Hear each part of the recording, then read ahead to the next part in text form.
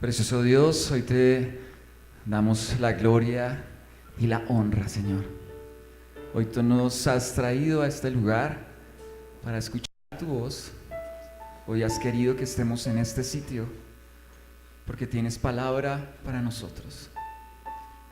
Hoy has permitido que nos despertáramos y tomáramos aire nuevo y fresco porque tú estás en nuestra vida, porque tú gobiernas, porque tú eres el Rey sobre nosotros, Señor.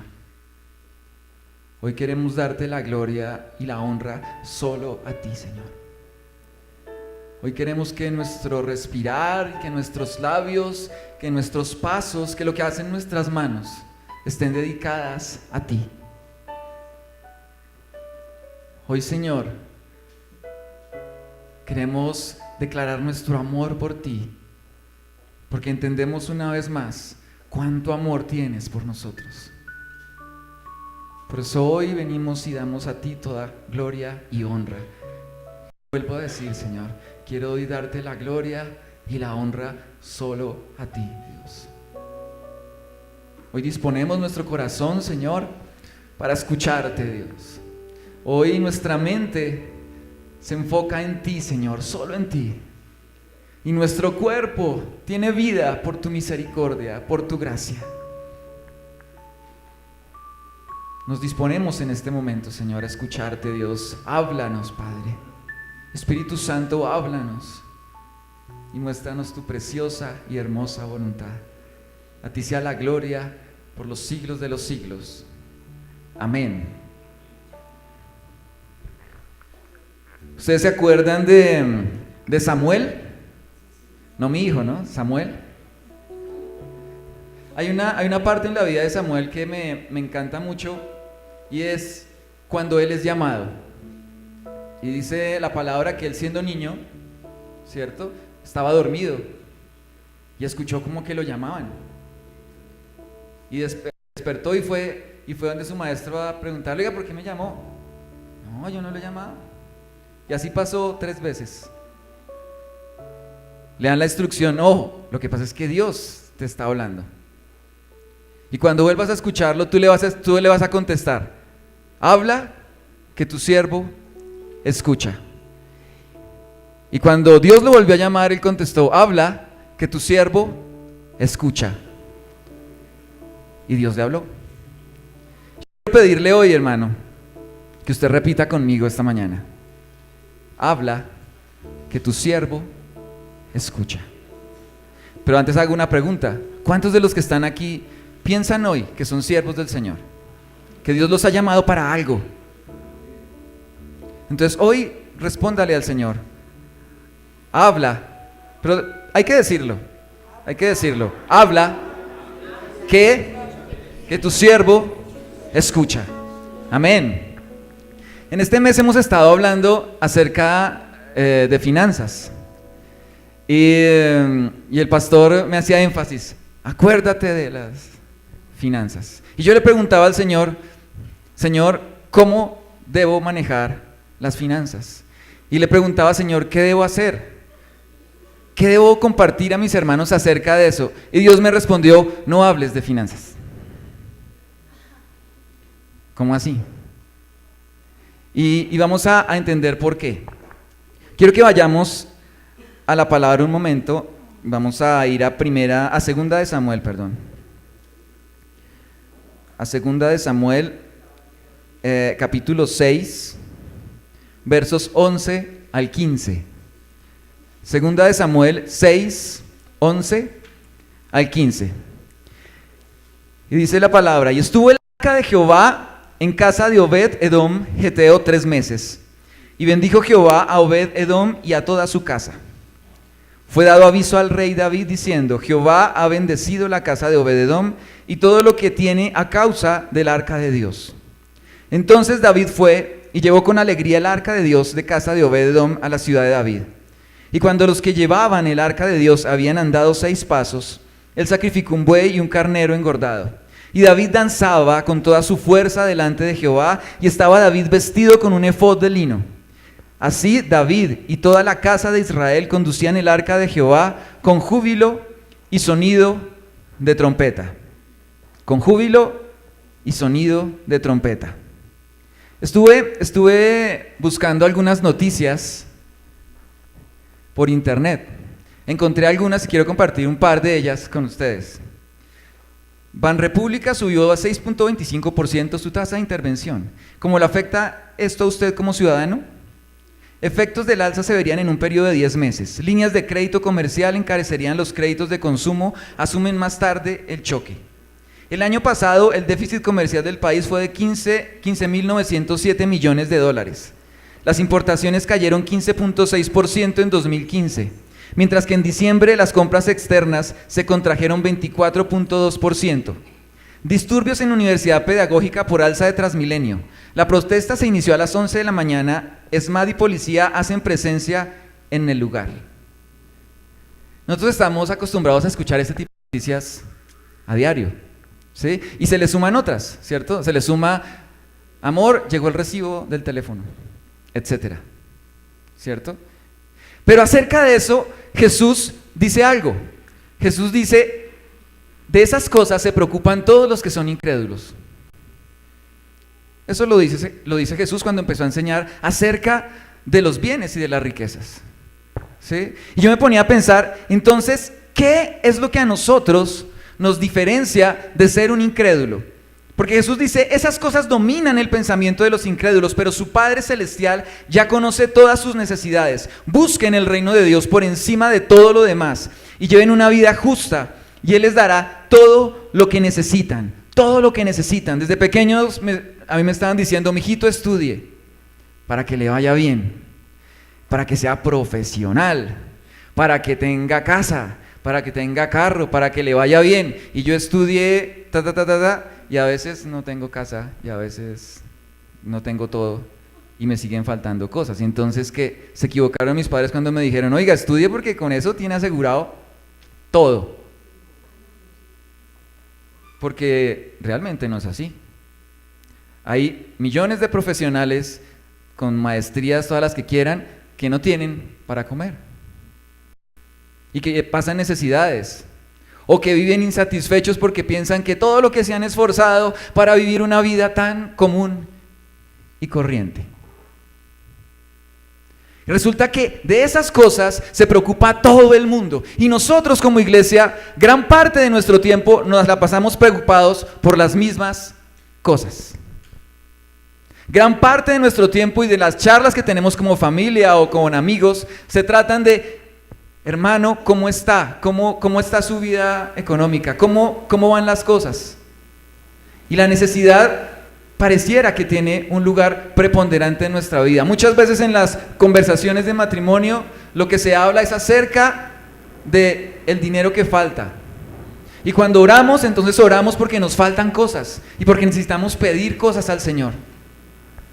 Pero Jesús dice, de esas cosas dominan el pensamiento de los incrédulos. Entonces mi pregunta hoy es, ¿qué hace la diferencia entre un incrédulo y un hijo de Dios? De alguien como los que estamos hoy acá, que declaramos decir y decimos que Jesús es ¿nuestro qué? Nuestro Salvador, nuestro Señor. ¿Qué más es Jesús? Nuestro Dios, Jehová Jireh, ¿cierto? Entonces, ¿qué es lo que hace que las cosas sean diferentes?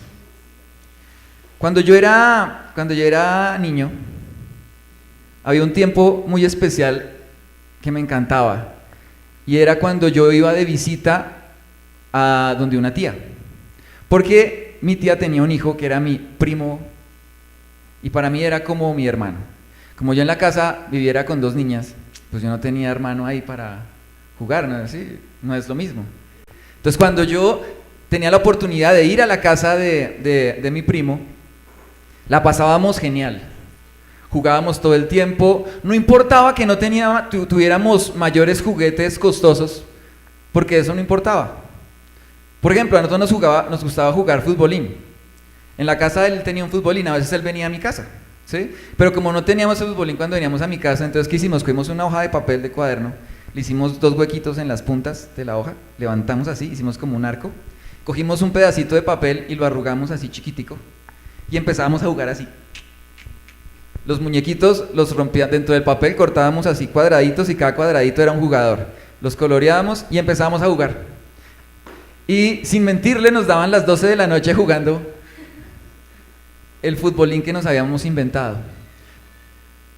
Pero lo más especial era que estábamos juntos y la pasábamos muy rico, era muy chévere.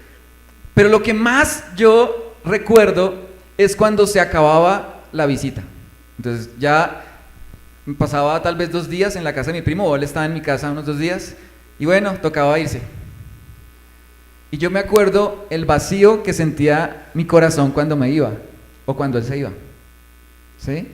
Y sentía uno como, ya se acabó, otra vez, allá con las hermanas nada más, ¿sí? Pero ¿por qué hago referencia a esto?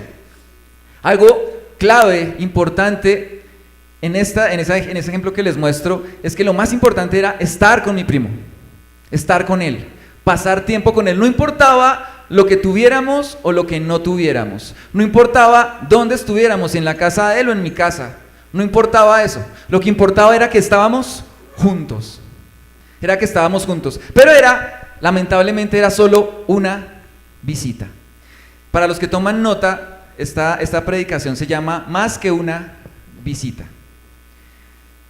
Recuerdan que acabamos de leer en 2 de Samuel un pasaje que nos habla de un hombre, ¿cierto? Un hombre pues no es tan famoso, ¿sí? Si hablamos en términos de conocer personajes bíblicos, y es este señor Obed-Edom.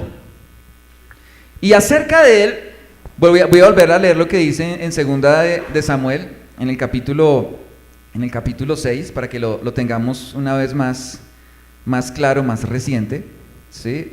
Dice: y estuvo el arca de Jehová en casa de Obed-Edom Geteo 3 meses, y bendijo Jehová a Obed-Edom y a toda su casa, ¿Qué llegó de visita a la casa de este hombre? El arca de Dios. Llegó de visita. Y dice en la palabra que estuvo 3 meses en la casa de Obed-Edom. 3 meses. Y que en esos 3 meses todo lo de su casa prosperó grandemente. Él, su familia, sus cosas, todo. ¿Por qué prosperó? Porque había llegado una visita súper especial a su casa, que era el arca de Dios. ¿Por qué llegó el arca ahí?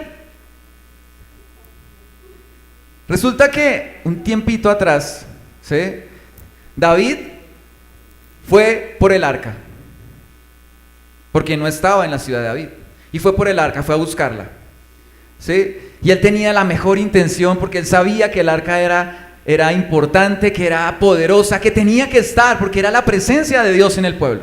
Y fue por el arca, pero cometió un error. Se emocionó mucho. Entonces, como se emocionó mucho, no, mandémosle carro, porque el arca, te voy a mandarle carro. Y le mandó 2 pilotos. Uno de esos pilotos se llamaba Uzías, hijos de Abimelech, donde estaba el arca. Lo pusieron en ese carrito, se fueron contentos. David iba danzando adelante del arca, feliz porque llevaba el arca de Jehová a su ciudad. Y resulta que en una de esas, creo que allá habían huecos como aquí en Bogotá, cogió un bache y se iba a caer el arca. Cuando el arca fue a caer, Uzías saca la mano y ¿qué pasó? No se cayó el arca, pero él sí se murió. ¿Sí? A causa de esto, David se enoja mucho, siente dolor en su corazón, siente temor de Dios, miedo, y dice: no, yo que voy a llevar el arca, está como peligroso llevar el arca. ¿Sí? Y resulta que entonces decide enviar el arca a la casa ¿de quién? De Obed-Edom. ¿Quién es este Obed-Edom? Yo estuve buscando acerca de Obed-Edom y aunque no encontré mucha información, encontré algunas cosas que nos pueden llevar a entender algo, ¿sí? Lo primero es que él había nacido en la ciudad de Gat. Y la ciudad de Gat era una ciudad filistea, con personajes famosos. Por ejemplo, ¿sabían ustedes que en la ciudad de Gat nació un gigante llamado Goliat? ¿Sabían ustedes que en esa ciudad habían otros 4 gigantes, uno de los cuales Después de que David había matado a Goliat, uno de ellos casi mata a David un día. Y cuando ya estaba a punto de matarlo, uno de sus amigos llegó y lo libró y mató a ese otro gigante. Era uno de los gigantes de Gat. Y cuenta la historia bíblica que esos 4 gigantes de Gat fueron derrotados por ese pueblo de Israel porque Dios estaba con ellos. También cuenta la historia bíblica que un día, mucho antes de esto, el pueblo filisteo fue y confiscó el arca al pueblo de Dios, se lo quitó, ¿sí? Y se llevó el arca. Y cuando llegó el arca, el arca empezó a llevarles maldición al pueblo filisteo. Entonces los filisteos se enjuntan y dijeron, oiga, ¿qué hacemos con el arca? Que eso está como tenaz. Pues llevémosla a la ciudad de Gat. Y llevaron el arca a la ciudad de Gat. Y cuando llegó el arca a la ciudad de Gat, una plaga estaba consumiendo ese pueblo y al final dijeron, no, toca devolver el arca al pueblo de Israel porque si no, esta arca nos va a acabar. Este hombre, Obed-edom, había nacido en Gat. Era de allí. Algunos dicen que este mismo hombre fue un siervo también después del templo y por eso también allí habían llevado el arca. Pero no tengo evidencias claras acerca de eso, ¿sí? Lo que más me impacta a mí es que de todas maneras él había nacido en Gat y tenía origen filisteo, de todas maneras. ¿Usted no le ha pasado a veces que va a llegar una visita a su casa y usted piensa, uy, qué artera esa visita? ¿No le ha pasado? Que golpean y ¡ay! Llegaron. Yo no sé si Obed-edom estaba muy feliz de que le llevaran el arca, que tiempo atrás había llevado una plaga a la ciudad. No lo sé. O puede que sí estuviera contento. Pero sí tengo claro que él no sabía lo que iba a pasar cuando llegaba esa visita a él. Cuando llega ese arca a su vida, lo que sí pasó y lo que sí podemos saber por la palabra y lo que estamos leyendo es que su vida cambió al menos en esos 3 meses. Y yo creo que de ahí en adelante también. ¿Sí? Estuvo el arca de Jehová en casa de Obed-edom, geteo, 3 meses. Y bendijo Jehová a Obed-edom y a toda su casa. ¿Y a toda qué? Su casa.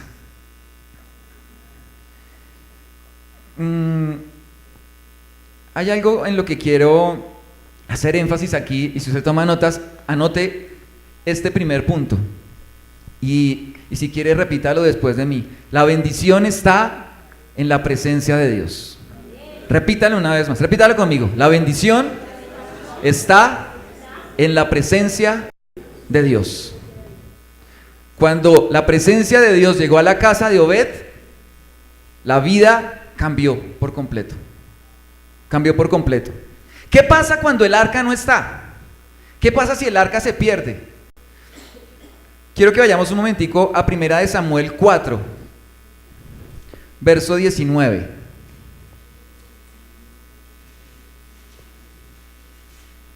Primera de Samuel 4, verso 19. Su nuera, la esposa de Finés, estaba embarazada y próxima a dar luz, cuando supo que el arca de Dios había sido capturada y que tanto su suegro era Elí, como su esposo habían muerto.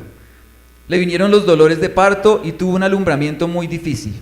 Al verla agonizante, las parteras que la atendían le dijeron: anímate, que has dado a luz un niño. Ella no respondió, ni siquiera les hizo caso. Pero por causa de la captura del arca de Dios y por la muerte de su suegro y de su esposo, le puso al niño el nombre de Icabod, para indicar que la gloria de Israel había sido desterrada. Y exclamó: se han llevado la gloria de Israel, el arca de Dios ha sido capturada. Este pasaje hace referencia a lo que les comentaba yo ahorita. Un día el arca fue capturada por los filisteos. ¿A causa de qué? Había un sacerdote llamado Elí, ¿sí? Tenía 2 hijos sacerdotes que hicieron cosas que no le agradaban al Señor. Y Dios castigó al pueblo por causa de ellos, ¿sí? Y por causa de ellos el arca fue confiscada y fue llevada fuera, fue sacada ¿sí?, de el pueblo de Israel. Fue quitada. Y algo que me llama mucho la atención es esta declaración de la nuera de Elí, ¿cierto? Dice en el verso 22, exclamó: se han llevado la gloria de Israel, el arca de Dios ha sido capturada. Hay como un dolor en su corazón, porque el arca de Dios ya no estaba con ellos. Sabía lo que estaba pasando, sabía que el arca era importante, porque manifestaba la presencia de Dios. Aunque estamos hablando del Antiguo Testamento, pero eso marcaba la presencia de Dios. Había algo que estaba mal, que no permitía que anduvieran bien las cosas. ¿Qué pasa cuando el arca sí está? Ustedes recordarán que Josué andaba con el arca, ¿no? Josué 3. Vamos a Josué capítulo 3, verso 14.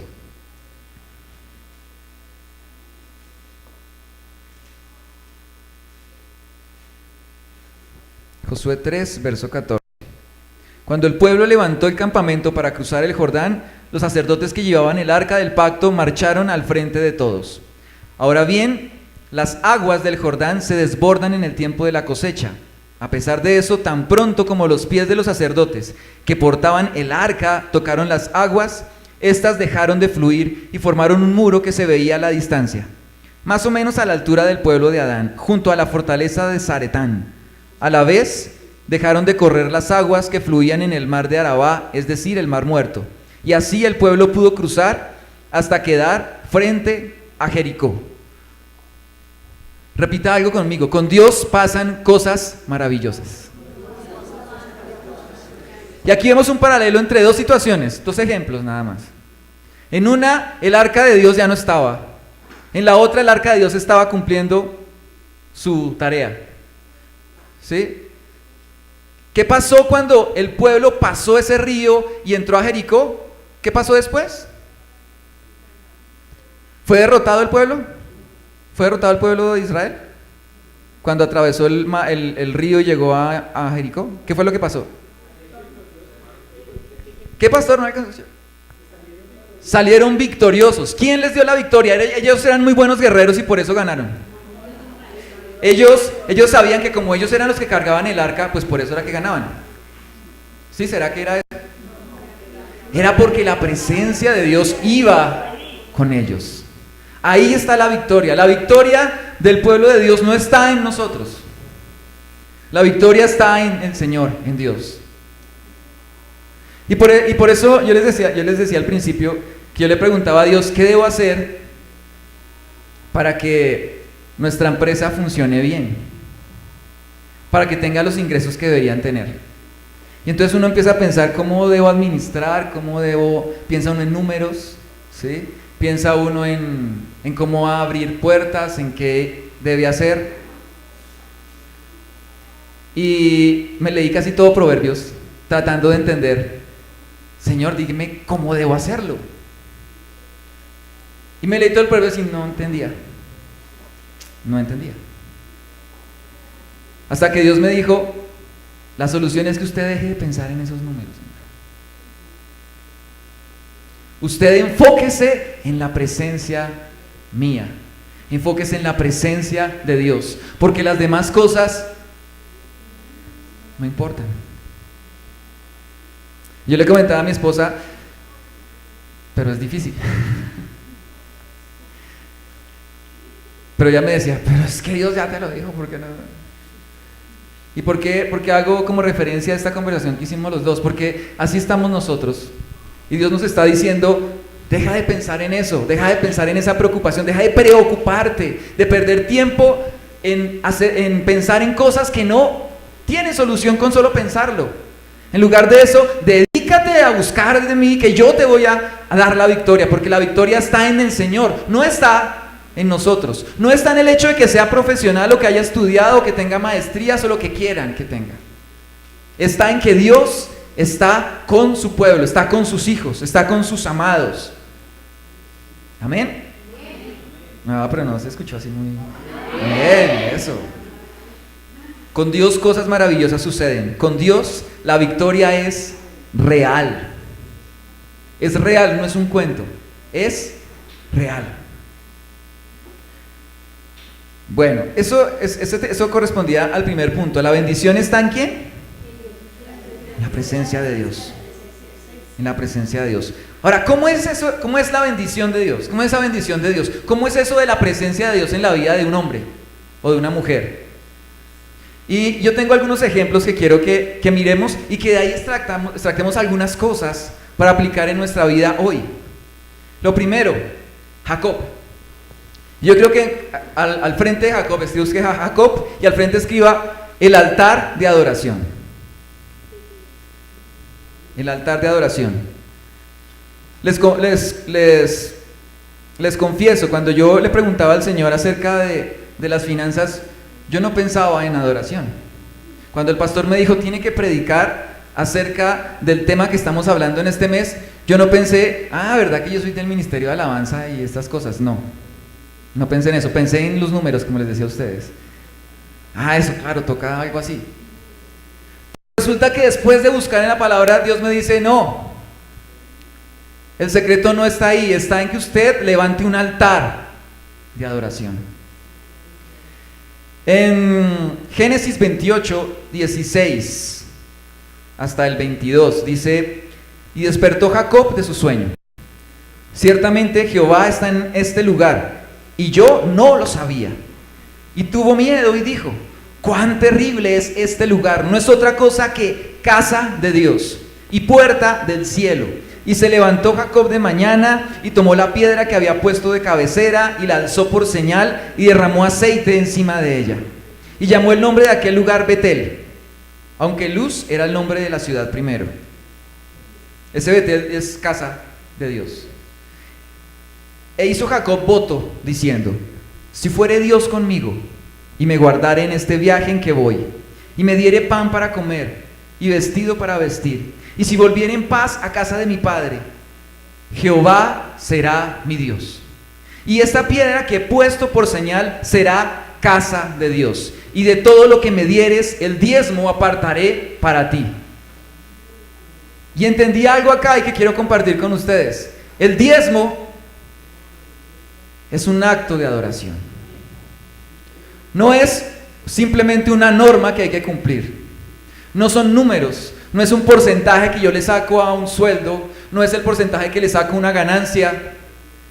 Tiene que ver con mi altar de adoración al Señor. ¿Sí? Ustedes ven aquí que lo que hizo Jacob fue levantar un altar, escogió un lugar, con aceite lo marcó. Este es casa de Dios. Y en ese lugar dice, Jehová será mi Dios. Con algunas cosas que van con eso. ¿Me vas a dar alimento? ¿El vestido? ¿Me vas a acompañar en este viaje?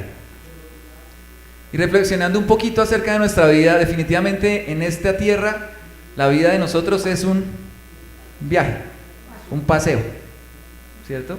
Dura unos años y se va. La historia que les conté de cuando era niño me parece que fue ayer, pero fue hace mucho tiempo. El tiempo pasa rápidamente, pero Dios está con nosotros. Y si Jehová es mi Dios, como decía Jesús, ¿por qué se preocupa usted? ¿Por qué se va a vestir? ¿O qué va a comer? ¿O dónde? ¿O cómo? ¿O qué? Busque primeramente el reino de Dios y su justicia. Y algo que me impacta aquí, quiero que usted sea impactado por lo mismo, es que en medio de ese altar, lo que Jacob hace es, de todo lo que me dieres, el diezmo, te daré. Yo hago una pregunta, no tiene que contestármela. ¿Cuántas veces hemos levantado ese altar de adoración en nuestra casa y en medio de ese altar de adoración hemos cogido el diezmo y lo hemos entregado al Señor en acto de adoración en nuestra casa? ¿Cuántos de nosotros tenemos un lugar en nuestra casa especial para levantar oración al Señor y declarar que ese sitio, que esa casa es del Señor? ¿Cuánto tiempo lo hacemos? ¿A veces? ¿Todos los días? ¿Todas las mañanas? No tiene que contestármelo a mí, solo estoy planteando el interrogante para que usted se lo pregunte. Cada uno lo sabe. Cada uno lo sabe. Pero hay algo clave. Como la presencia de Dios está con nosotros, definitivamente lo que primero debemos hacer es levantar altar de adoración al Señor. Vuelvo a repetir la pregunta que yo me hacía. ¿Qué debo hacer para arreglar mis finanzas? Viejito, haga altar y adore al Señor. Eso me dijo Dios. Adore al Señor. Iglesia San Fernando, ¿están pasando por necesidades financieras? Hijos, levanten altar de adoración porque han olvidado el altar. Han olvidado que la presencia de Dios es quien da la victoria. Cuando empezamos el servicio de hoy, el Espíritu Santo me dibujó una sonrisa en mi rostro porque pasaron cosas aquí arriba, ¿sí? Y allá abajo, que tenían que ver con lo que Dios me había mostrado que debía hablar hoy acá. ¿Sí? Y uno tiene planes para hacer cosas y llega acá y dice, no, esos no son, haga esto, punto. Porque Dios es quien tiene el control. ¿Sí? Y muchas veces nos equivocamos como David al querer hacer las cosas a nuestra manera, en nuestro esfuerzo, con la mejor intención, pero eso resulta en que termina afectando a un amigo, como le pasó a David, terminó muerto por tratar de agarrar el arca que él mandó cargar de la manera inadecuada porque él sabía cómo debía cargarse el arca. No era con ruedas, tenían que llevar 2 varas que habían sido diseñadas para eso, unos sacerdotes tenían que llevarla y era así que se debía hacer. ¿Cómo se sabe esto? ¿Cómo se sabe lo que Dios quiere que hagamos? En su presencia, buscándole a Él diariamente, orando, leyendo su palabra, cantando, adorándole a Él, entregando nuestra vida a Él, haciendo lo que Él le agrada, compartiendo la palabra de Dios, compartiendo con los demás lo que Dios está haciendo en nuestra vida. Entonces, como dice aquí Jacob, Jehová será mi Dios. No se le olvide anotar esto. Diezmo porque deseo adorar a Dios con todo lo que tengo y todo lo que soy. Cuando hablamos aquí de diezmo, no interesa tanto el número. Interesa que sea un acto de adoración al Señor. Si yo doy el dinero, pero no estoy adorando al Señor, estoy perdiendo el tiempo. Ese fue el primer ejemplo, Jacob. Entonces ya tenemos un ejemplo, ¿no? Jacob. Segundo, José. Y al frente de José escriba bendición a toda prueba. Bendición a toda prueba. Podrían decir, es que como Dios está con nosotros, pues no tendremos dificultades. No, Jesús dijo, en el mundo tendréis aflicción, pero yo he vencido al mundo. Génesis 39, verso 5. Vamos a leer algo acerca de José. Génesis 39, verso 5. Y aconteció que desde cuando le dio el cargo de su casa y de todo lo que tenía, aquí está hablando de Potifar entregándole todo a José, Jehová bendijo la casa del egipcio a causa de José. Y la bendición de Jehová estaba sobre todo lo que tenía, así en casa como en el campo. Y dejó todo lo que tenía en manos de José, y con él no se preocupaba de cosa alguna, sino del pan que comía. Y era José de hermoso semblante y bella presencia. ¿Por qué digo que bendición a toda prueba? Definitivamente a José se le notaba la presencia de Dios. Tanto que aquí aclara, tenía buen semblante el pelado. Buen semblante tenía presencia. Eso de la presencia depende, ¿no? O sea, para un colombiano criollo y para un finlandés es distinto. ¿Sí? Pero aquí dice que tenía buen semblante. Pero hay una frase que quiero subrayar de ese Génesis 39:5. Dice, y la bendición de Jehová estaba sobre todo lo que tenía. A causa de José. ¿Y por qué a causa de José? Porque la presencia de Dios estaba con José. Había sido bendecido por él. ¿Sí? Entonces, ¿qué hacía este José? Mostrar a Dios. porque ahí era un esclavo y se preocupaba por hacer bien lo que tenía que hacer. Hizo bien lo que tenía que hacer y le fue mal, porque resulta que le armaron un cuento, ¿cierto? Un alboroto raro, y terminó en la cárcel porque estaba acusado de tratar de abusar de la esposa de su amo. Y llega a la cárcel, y en la cárcel vuelve a hacer bendición. ¿Por qué? Porque Dios estaba con él, y porque él no escondía eso, él hacía lo que tenía que hacer. Y por eso ahí conoce a algunas personas, y después de mucho tiempo, ¿qué terminó siendo ese José? El segundo en el mundo, porque el emperador de Egipto en ese tiempo era la persona más poderosa de la tierra, y el segundo era José. Yo no sé cuánto él se preocupó porque no tenía camisetas de marca o zapatos Adidas o alguna vaina así. Yo creo que no, yo creo que de pronto tenía la ventaja que no salía James haciendo propagandas con la ropa deportiva, ¿sí? Pero algo que sí nos muestra la palabra es que definitivamente él dejaba que Dios obrara en su vida, y no lo escondía, lo vivía y lo mostraba en donde estuviera, a pesar de la prueba. Por eso aquí quiero hacer énfasis: bendición a toda prueba. Y dígale a su hermano, dígale a su familiar o al que quiera, dígale en este momento, haga el ejercicio, dígale: la bendición de Dios se te nota. ¿Usted se vio cómo miró a las personas que estaban al lado? El ejercicio lo hice por esto, porque uno como que lo dudó, ¿no? Usted lo dudó.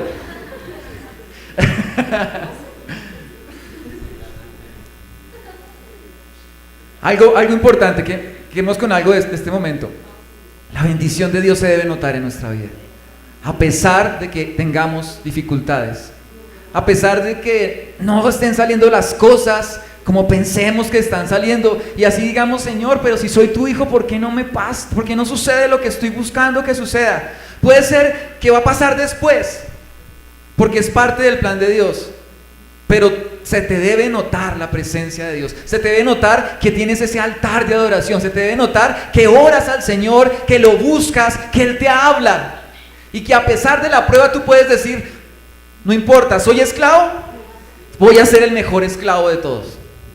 Soy un preso, voy a ser como si no fuera un preso, voy a estar aquí mejor que cualquier preso.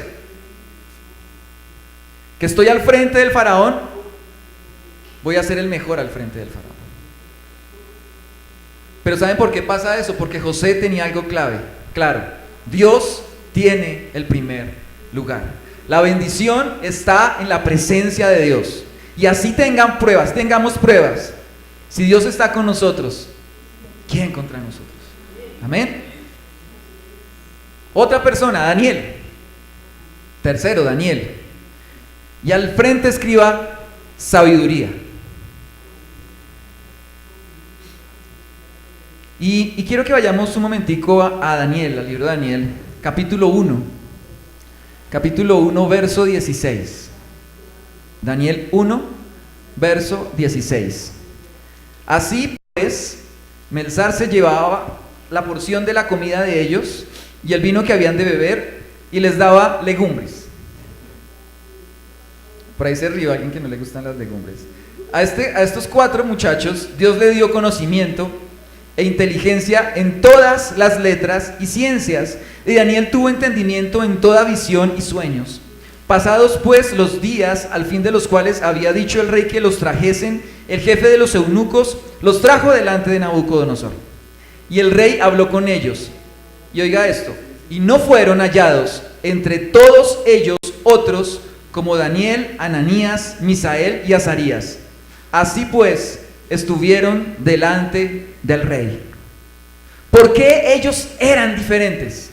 ¿Porque comieron legumbres? Entonces todos a comer arvejas todos los días. No era solo por eso, era porque ellos se separaron para Dios y no querían hacer lo que el mundo hacía, lo que los que estaban ahí hacían, adorando dioses falsos. La comida que estaba dedicada a dioses, que ellos sabían que era dedicada a dioses falsos. Ellos tuvieron la valentía de decir, yo no hago lo mismo que ellos hacen. ¿Difícil decirlo? Sí, pero lo dijeron. No sé si les gustaron las legumbres y esas cosas, pero se las comieron. Pero porque su fe no estaba en lo que ellos podían hacer, no estaba en sus gustos, no estaba en la comida. Su fe estaba puesta en Dios. Y sabían que Dios estaba con ellos. Y se notó también. Se notó también. Dice que nadie dentro de todos los que estaban ahí, de los que estaban formándose ahí en esa especie de universidad doctorado de Babilonia, eran mejores que ellos. Y estaban en el mundo, estaban en lo más mundo que pueda haber. Y ahí hicieron la diferencia, porque la sabiduría de Dios sobrepasa la de este mundo. Amén. Si estamos en la presencia de Dios, si adoramos al Señor, si lo buscamos todos los días, si verdaderamente levantamos altares de adoración en nuestras casas, si levantamos altar de adoración cada vez que estemos aquí, porque el altar no es porque están estas paredes, es porque estamos adorando al Señor, es porque Dios está en medio de su pueblo. Si hacemos eso, aparte de la bendición que supera la prueba, Dios nos da sabiduría. Santiago dice, en la carta de Santiago dice, si ustedes necesitan sabiduría, pídanla, pero pídala con fe, que Dios no se la va a negar. Pero si usted duda, no piense que quien así actúa, Dios le va a dar alguna cosa. Eso lo dice en Santiago en el primer capítulo. ¿Sí? Porque la sabiduría de Dios es clave para que nosotros vivamos como debemos vivir. En Proverbios 3 dice, el verso 7, y anoten esa cita por favor, si quieren ustedes pueden leerlo con más calma, todo el capítulo 3 de Proverbios, o todos los Proverbios. Les comenté que leí casi todo Proverbios estos días. En el verso 7 dice del capítulo 3, no seas sabio en tu propia opinión, más bien teme al Señor y huye del mal. Eso sí que lo tenía claro Daniel. Esto infundirá salud a tu cuerpo y fortalecerá tu ser. La fuerza no estaba en las habichuelas. La fuerza estaba en Dios, en la sabiduría que Dios estaba dándole a ellos. Honra al Señor con tus riquezas y con los primeros frutos de tus cosechas, y así tus graneros se llenarán a reventar y tus bodegas rebosarán de vino nuevo. Hijo mío, no desprecies la disciplina del Señor, ni te ofendas por sus reprensiones, porque el Señor disciplina a los que ama, como corrige un padre a su hijo querido. Dichoso el que haya sabiduría, el que adquiere inteligencia, porque ella es de más provecho que la plata y rinde más ganancias que el oro. ¿Por qué pensamos en las monedas? Si lo que importa es esa sabiduría que Dios nos da con solo estar en su presencia, porque vienes de Él, no de nosotros. Amén. Entonces, ¿qué tiene esa bendición? Algunas cosas que vimos hoy. ¿Me ayudan a repasar? ¿Cuál es lo primero que dijimos? ¿Qué pasa con Jacob? Entonces, tarea. ¿Qué vamos a hacer nosotros? Un altar de adoración. Yo creo que si algo debemos hacer los que estamos hoy aquí escuchando la palabra y los que logren escucharla también por internet, es que usted va a llegar a su casa y va a declarar, este es un altar de adoración. Voy a buscarte, Señor, en el altar. Voy a buscarte todos los días. Voy a buscar tu presencia. Voy a llegar con acción de gracias delante de tu presencia. Voy a declarar que tú eres mi Dios, como lo hizo Jacob. Segundo, ¿cuál es el segundo? ¿Qué pasaba con José? ¿Bendición cuándo? A toda prueba, y sí se te nota. Bendición a toda prueba. ¿Cierto? Podemos hacer una publicidad ahí con eso. Bendición a toda prueba. Así tengamos dificultades, no olvidemos que si Dios está con nosotros, ¿quién contra nosotros? Que se note que Dios está con nosotros, que se note que hemos estado en el altar de Dios. Y tercero, ¿qué va con Daniel? Sabiduría. Entonces algo que tenemos que pedir hoy. Señor, danos sabiduría en abundancia y que no dudemos. Yo sé que todos los que estamos acá en algún momento hemos dudado. Y cuando uno duda, siente como un vacío extraño. Como que el piso ya no estuviera, como que lo que estaba haciendo no tiene sentido y que ha perdido el tiempo. Y cuando hablamos de Dios, cuando dudamos acerca de Dios y le dejamos de creer, definitivamente estamos prácticamente diciendo, no existe, porque dejé que la dificultad o lo que estuviera pasando fuera más grande que mi Dios. Por eso es que esa sabiduría tenemos que pedirla con fe. Dios nos la va a dar. Amén. Amén. Jesús dijo, si ustedes me aman, van a hacer lo que yo les mande. ¿Qué pasó con David? Volvamos un poquito al texto que leímos en 2 de Samuel capítulo 6. Dice que esa casa de Obed-edom fue bendita por esos 3 meses, ¿cierto? Resulta que David quedó pendiente, pues porque David era el que iba a llevar el arca y no la pudo llevar a donde tenía que llevarla. Y habían personas pendientes de qué pasaba con el arca. Entonces después de los 3 meses llegaron donde David y le dijeron, David, Señor, mira que la casa de Obed-edom ha sido bendecida en estos 3 meses, usted no se imagina. ¿Y qué hizo David? Camine por eso ya. Y se fueron por el arca. La cargaron como debían cargarla. Entonces ya llevaron las varas, todo lo tenían que hacer. Los sacerdotes llevaron el arca y la llevaron a la ciudad de David. Y yo quiero que usted haga algo hoy conmigo. Aunque no le voy a decir que dance como lo hizo David ese día. Aunque usted quiera hacerlo, hágalo. ¿Sí? Hay algo muy importante que hizo David. Cuando él vuelve con el arca, él lo que hace es ir delante, danzando al Señor, alabando y adorándole a Él, solo a Él. Dice en la palabra que él llevaba puesto un efod. Algunos lo grafican como si estuviera desnudo, pero en realidad no. El efod es como un chaleco que se colocaban en los vestidos. Habían chalecos super play, que eran los que tenían los sacerdotes, que estaban bordados con hilos de oro. Habían otros que no eran tanto, pero los tenían los que estaban sirviendo al Señor y eran blancos. Pero era una distinción que tenían aquellos que estaban sirviendo al Señor allí. A David le importaba más eso en ese momento, el Señor, que saber que él era un rey. Y por eso es que hace énfasis ahí la palabra, llevaba un efod y ya. Aunque si ustedes miran en Primera de Crónicas, va a mostrar que dice, él iba con el vestido y después llevaba el efod. Pero a lo que yo quiero que vayamos es que lo más importante es la presencia de Dios. Y él anhelaba eso. Y danzó y cantó y no le importó que lo vieran ni tener problemas con su esposa, porque la esposa después le dijo, usted sí es mucha boleta. ¿Cómo se le ocurre hacer eso? Qué lindo el rey ahí bailando. Pero a él no le importaba, porque él sabía quién es Dios.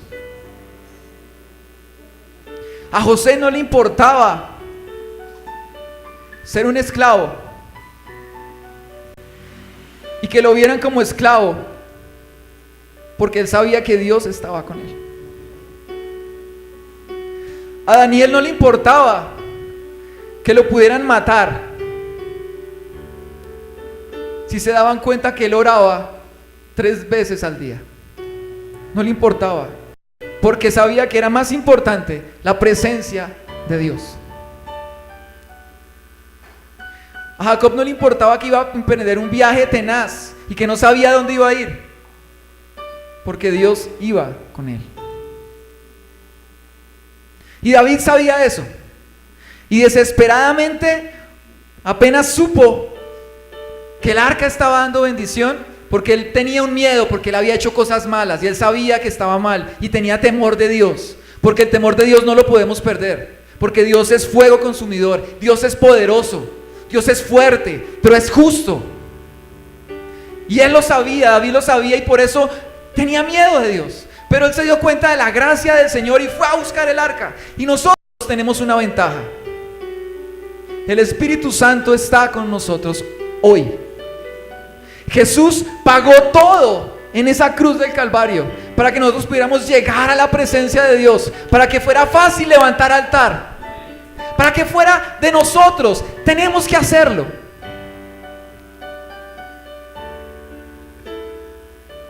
¿Por qué no lo hacen? Dice el Señor hoy. ¿Por qué no lo hacen siempre? ¿Por qué no lo hacen más?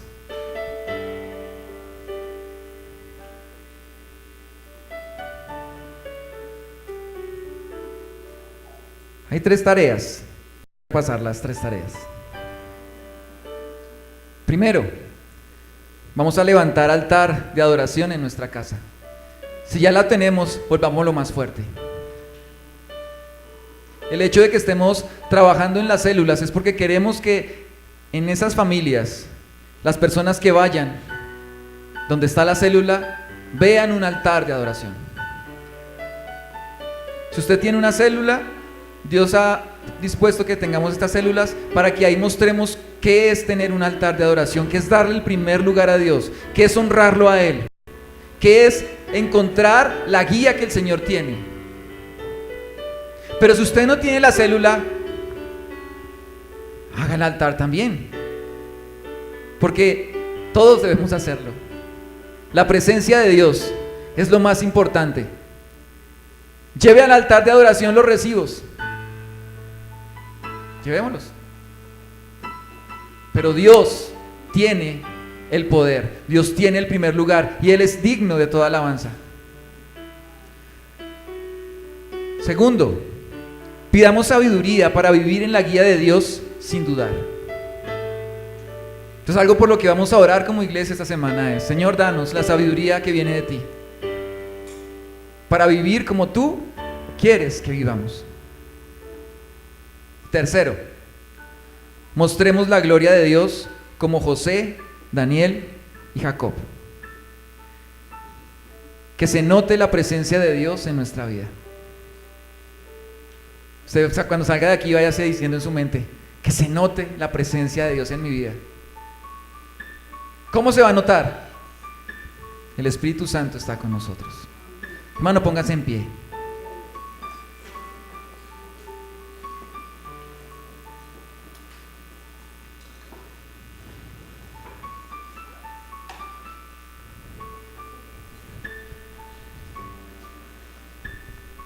Amado Señor, estamos delante tuyo, Señor.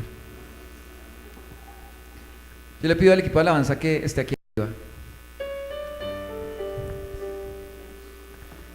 porque hay algo que vamos a hacer en este momento. Y en este momento vamos a adorar al Señor. Vamos a levantar altar de adoración al Señor. Vamos a entrar por sus atrios con acción de gracias. Vamos a decirle al Señor: Él es nuestro Dios. Jehová, tú eres mi Dios. Tú eres mi Señor. Dios, hoy estoy delante de ti, Señor. Hoy estoy ante tu presencia, Dios, por la gracia tuya, por la obra preciosa de Jesucristo en la cruz. Hoy puedo venir delante de ti y decirte: te amo, Señor. Hoy puedo venir delante de ti y traer mis cargas y ponerlas en tu altar, Señor. Ponerlas para ti, Señor. Porque no las quiero cargar, porque no las puedo cargar, porque la victoria no está en mí, está en ti, Señor.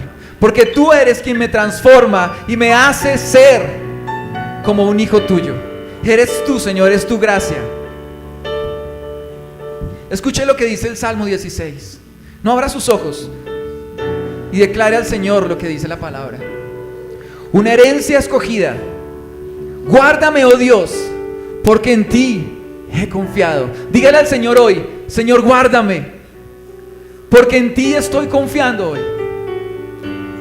Si tenemos una necesidad, si tenemos una enfermedad que quiere quitar la paz de nuestra vida, si tenemos un ser amado que está mal, dile hoy al Señor, guárdame, Señor, porque en ti he confiado.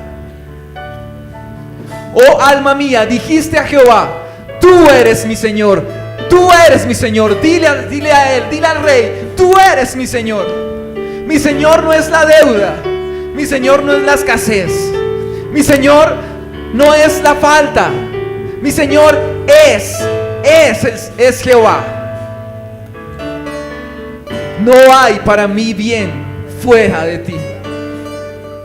No hay para mí bien fuera de ti. Para los santos que están en la tierra y para los íntegros es toda mi complacencia, dice el Señor. Jehová es la porción de mi herencia y de mi copa. Tú sustentas mi suerte, tu copa no se agota, Señor. Tu gota no se acaba. Tú fluyes con vida. Tú tienes agua de vida. Agua de vida. Sabemos cuál es esa agua que no se acaba, que quita la sed, que no nos vuelve a dar sed, como Jesús le dijo a esa mujer en el pozo. Las cuerdas me cayeron en lugares deleitosos y hermosa es la heredad que me ha tocado. ¿Qué más heredad, hermanos?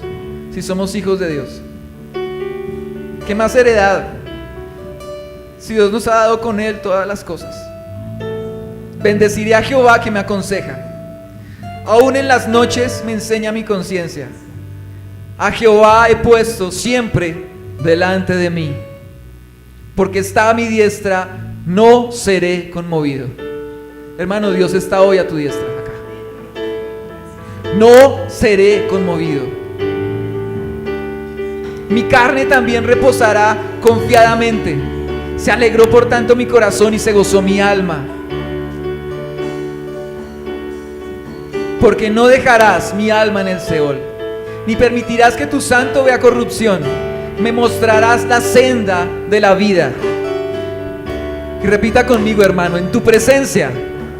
Dígale al Señor, en tu presencia hay plenitud de gozo. En tu presencia hay plenitud de gozo. Delicias a tu diestra para siempre. Señor, no hay nada como estar en tu presencia, Dios. Hoy venimos ante ti, Señor. Tú conoces nuestra vida. Tú conoces nuestra necesidad hoy. Tú conoces esta tu iglesia, Señor. Pero hoy entendemos que lo primero, lo más importante, eres tú, Señor. Nadie es como tú, Dios. Nadie es como tú, Señor. En tu presencia hay plenitud de gozo.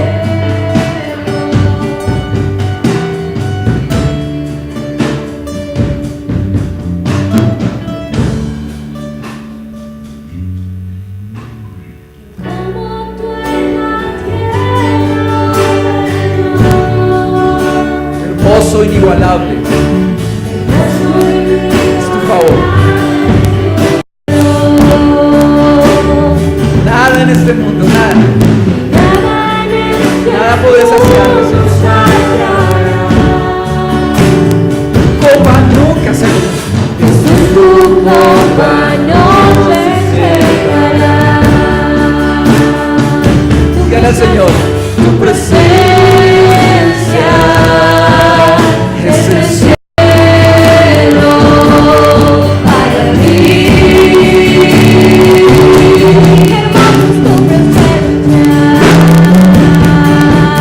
Tu presencia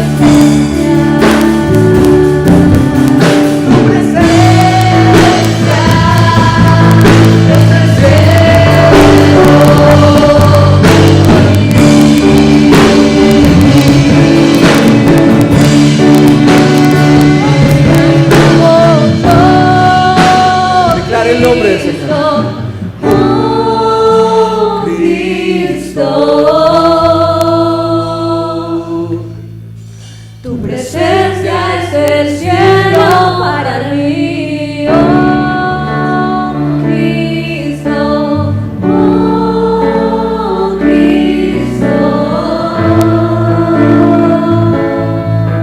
Tu presencia es el cielo para mí.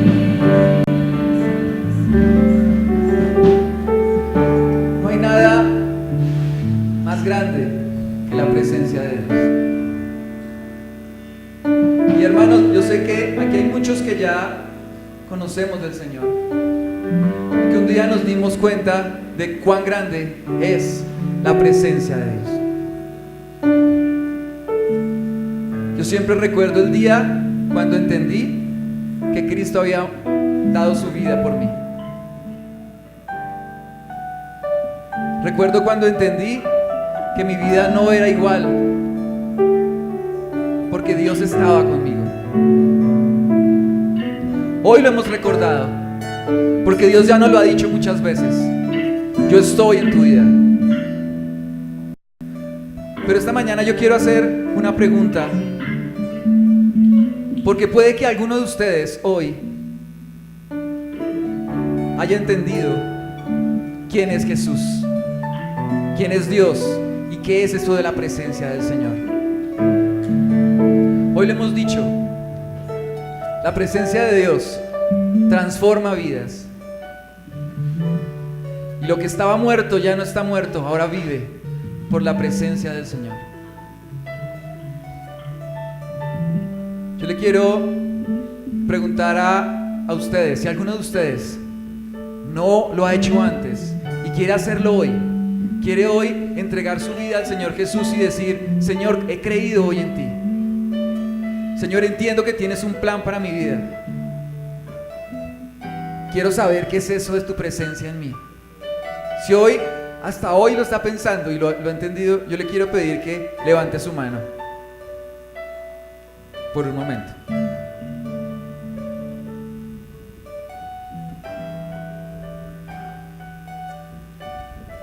Ahí hay algunas personas que están atrás, están los pastores, está César. Yo quiero que ustedes estén pendientes de quién levanta la mano, y quiero que ustedes vayan donde ellos están y oren por ellos, ¿sí? Si alguien más, Dios por aquí está bendiciendo allá a alguien grandemente esta mañana. Si alguien más se siente hoy llamado por el Señor, levante su mano. No le voy a pedir que pase acá, aún no le voy a pedir que pase acá, pero sí quiero que si usted lo está sintiendo hoy, lo haga. Porque no sabemos si mañana estemos vivos. No sabemos si hoy sea el momento que Dios dispuso para que tú levantaras tu mano y Dios te tomara de ella. No lo sabemos. Y Dios nos ha hecho eternos y quiere que nuestra vida esté todo el tiempo con Él. Entonces, si hay alguien más que lo quiera hacer esta mañana, levante su mano. Lo voy a decir otra vez, porque un día me insistieron y tuve que yo hacerlo, y agradecí por haberlo hecho. Voy a decirlo una última vez. Dios te invita hoy a hacerlo. Doy gracias, precioso Dios, por estas vidas que están hoy delante de ti, Señor. Yo le pido a toda la iglesia que repita una oración conmigo, una oración que ya hemos hecho. Y si usted no la ha hecho antes, hágala con nosotros hoy. Yo le pido a toda la iglesia que me apoye haciendo esta oración. Señor Jesús, te doy gracias, porque entiendo el amor precioso que derramas hoy en mi vida. Hoy declaro que tú eres mi Dios, que tu presencia irá conmigo, que tú me has dado vida, y te doy gracias porque mi vida no está en tinieblas, sino está en tu luz admirable. Gracias, papá, en el nombre de Cristo Jesús.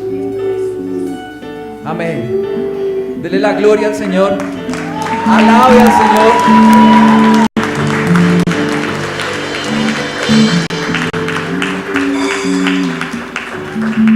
Porque como Dios no hay nadie. Amén.